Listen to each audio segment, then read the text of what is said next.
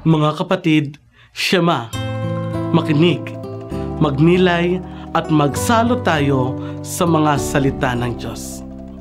Mga kapatid, nakaranas na ba kayo ng rejection?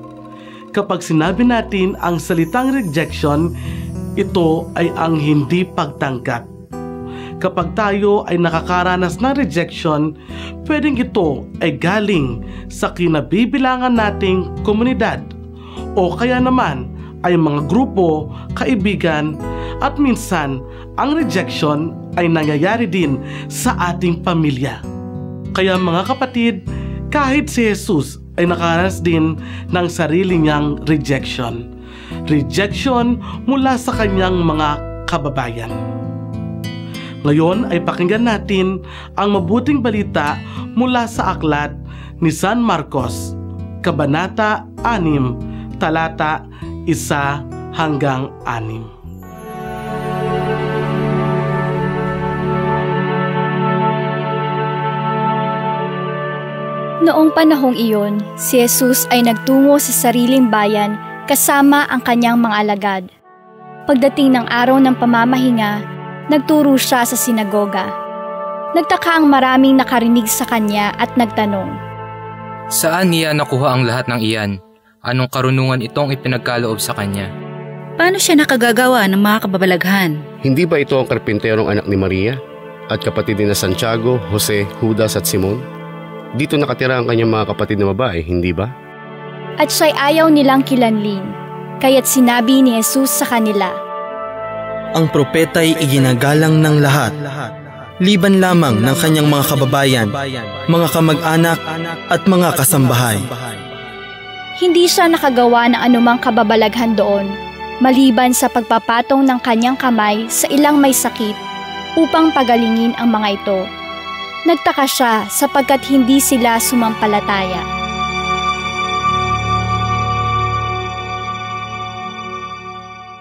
Bakit nga kaya hindi tinanggap si Jesus sa kanyang sariling bayan?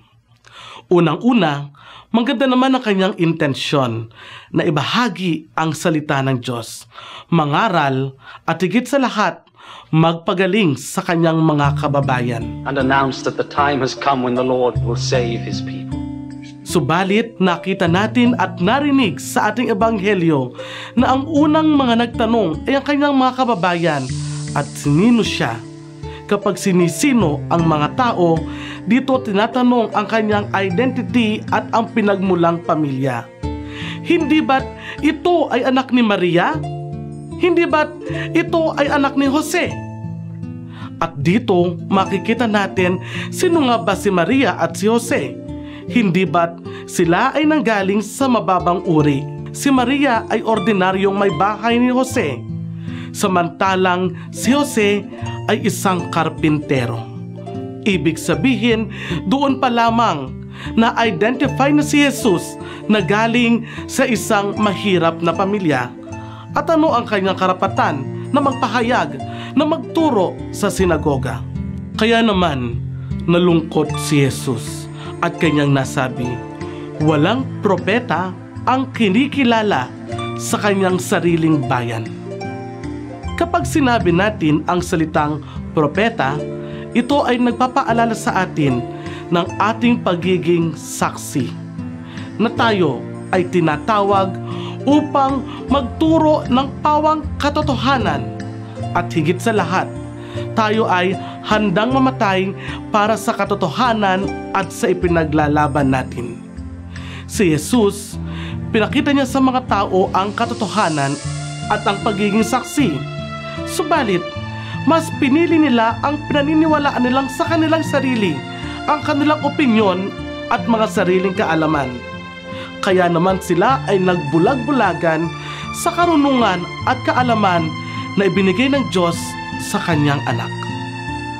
By virtue of our baptism, tinanggap natin ang misyon ng pagiging pari, hari at propeta. Tayo ay tinatawag ni Jesus upang maging isang propeta. Paging propeta sa lipunan na ating ginagalawan, na minsan nakakakita tayo ng mga anomalya. Subalit anong ginagawa natin? tayo ay nagbubulag-bulagan at hindi natin sinasabi ang mga katotohanan na nangyayari.